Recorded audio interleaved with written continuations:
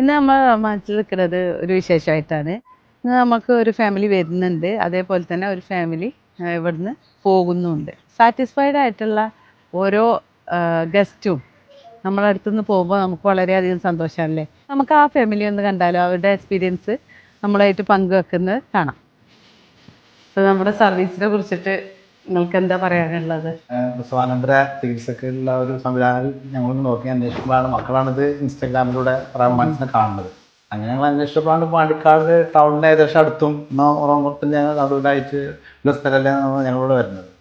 ഒന്ന് കയറുമ്പോൾ തന്നെ ഇവിടെ കാണുന്ന ഒരു അംബിയൻസ്, ഒരു വൈബ്, ആ ഒരു പ്രത്യേക ഒരു മെൻ്റലി തന്നെ നമുക്കൊരു റിലാക്സേഷൻ കിട്ടുകയാണ്. അപ്പോൾ കുട്ടികളോട് അങ്ങനെ കൺഫേം ചെയ്ത് ഞങ്ങൾ സുഖത്തോടെ വന്നു. ആ വന്ന സമയത്ത് തന്നെ ഞങ്ങൾക്ക് കിട്ടുന്നൊരു സ്വീകരണമുണ്ട്, അത് വളരെ അപ്രീഷിയേറ്റ് ചെയ്യുന്ന ഒന്നാണ്. അതായത് ഒരു നിങ്ങളുടെ ആ വെൽക്കം.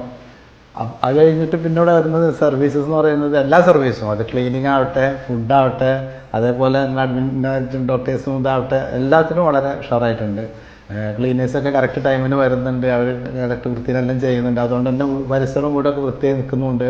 ഫുഡ് പിന്നെ പ്രത്യേകിച്ച് പറയാനുള്ള ഫുഡിൻ്റെ കാര്യത്തിൽ നമുക്ക് എടുത്തു പറയേണ്ട ഒന്നാണത്. കാരണം ഈ പ്രസവിച്ച് കിടക്കുന്ന കുട്ടികൾക്ക് കൊടുക്കുന്നൊരു ഫുഡുണ്ട്, അതിൻ്റെ അങ്ങനത്തെ ഒരു ഫുഡാണെങ്കിൽ കൂടി കൂടെ നിൽക്കുന്നവർക്കും കൂടി ഇഷ്ടപ്പെടുന്ന രീതിയിലാണ് ആ ഫുഡ് ഉണ്ടാക്കിയിരുന്നത്. അതുകൊണ്ട് തന്നെ ഒന്നും പറയാനില്ല, വളരെ ഉഷാറായിട്ടുണ്ട്. അതേപോലെ തന്നെ ഇവിടുത്തെ നിങ്ങളുടെ ചികിത്സാ രീതികളും മോള് വളരെ ഹാപ്പിയാണ്.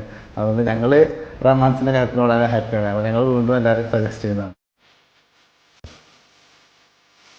പ്രസവാനന്തര പരിചരണം ഇനി സുരക്ഷിതവും ആശ്വാസകരവുമാക്കാം.